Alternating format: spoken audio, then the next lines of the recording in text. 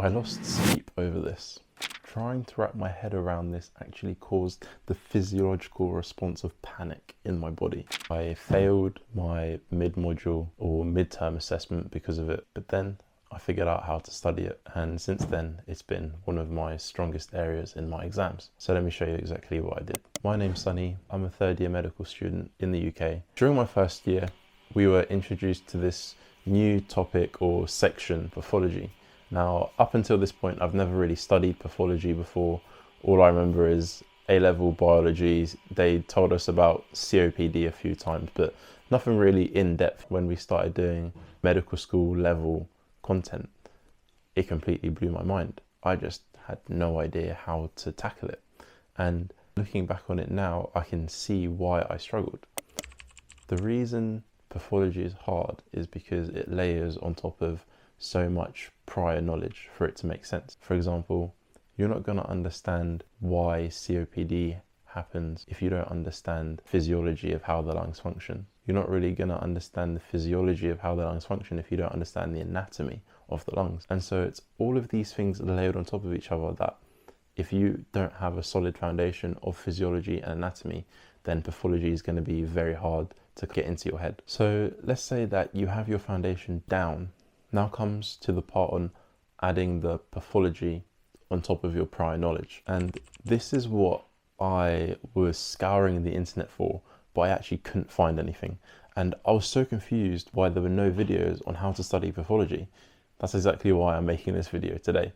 And I couldn't find anything. But one thing that I did see was someone trying to explain how to study pathology. They were using a spider diagram or a kind of mind map format to explain, and that's when it clicked in my head.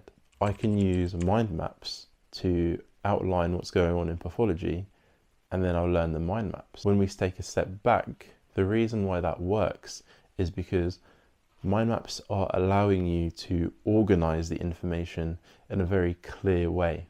I've got this concept that for you to really be able to learn information and remember it, that you need to have a really good filing system in your head. To get a really good filing system, you need to be able to see where all the information fits together. And this is what the mind maps help me to do. Another reason why mind maps are so good are because they're so incredibly visual. A lot of the time we try to learn information through listening, through reading, but it's very rare. Even in note form, I don't really feel like notes count as a visual way of learning because there's no construction to it. There's no kind of shape to your notes, or at least when I write notes, there's no shape to it. But a mind map, you can picture the colors, you can picture the shape. You can point to where what is on your mind map, where the symptoms are, where the clinical signs are, where the treatments are. And I really like mind maps for that reason. So we've covered why pathology is difficult. We've covered how you're going to study the pathology using mind maps.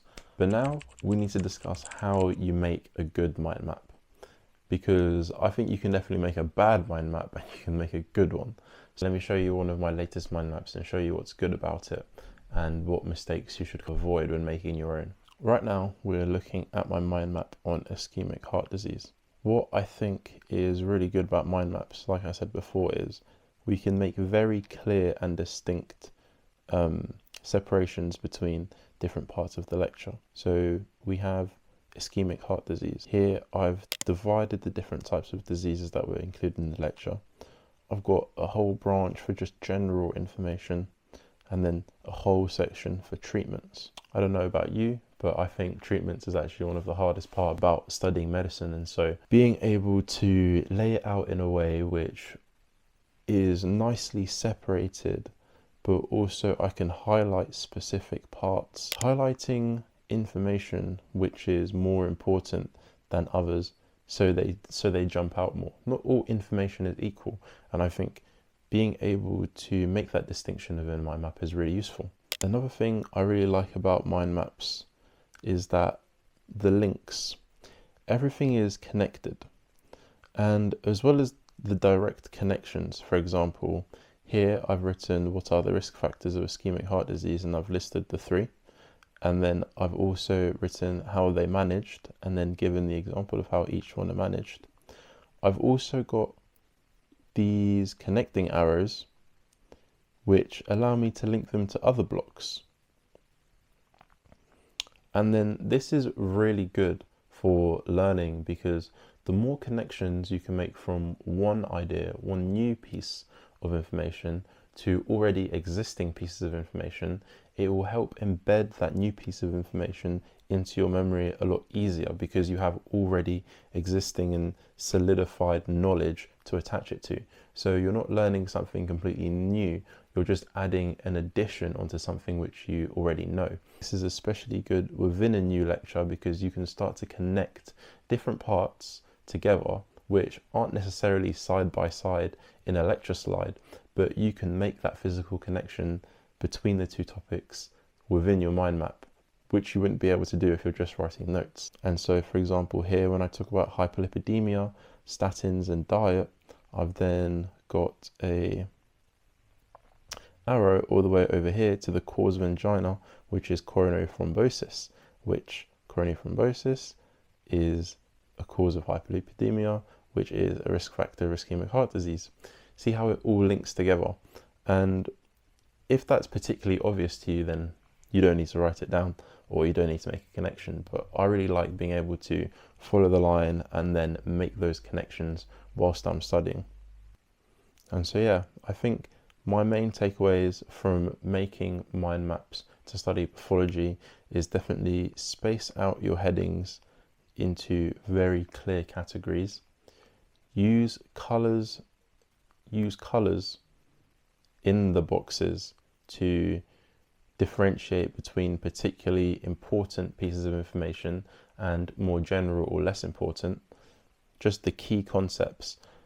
Mostly because if you were to look at this in a flash, your eyes would go straight to the dark blue bits and you'd be like, okay, those are probably the most important parts, and so I should look at those first, which is good, saves time.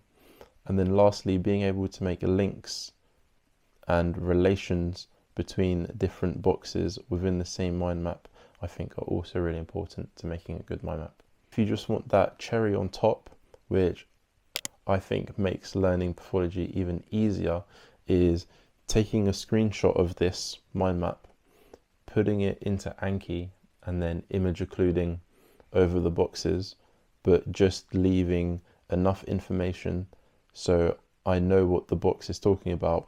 After I attempt to answer the box, I can then click my space bar and see if I've got whatever's inside. And yeah, Anki is just a great tool for spaced repetition and active recall, and mixing that with the mind maps I found makes pathology so much easier to learn, and I think that's exactly why I do well in pathology now.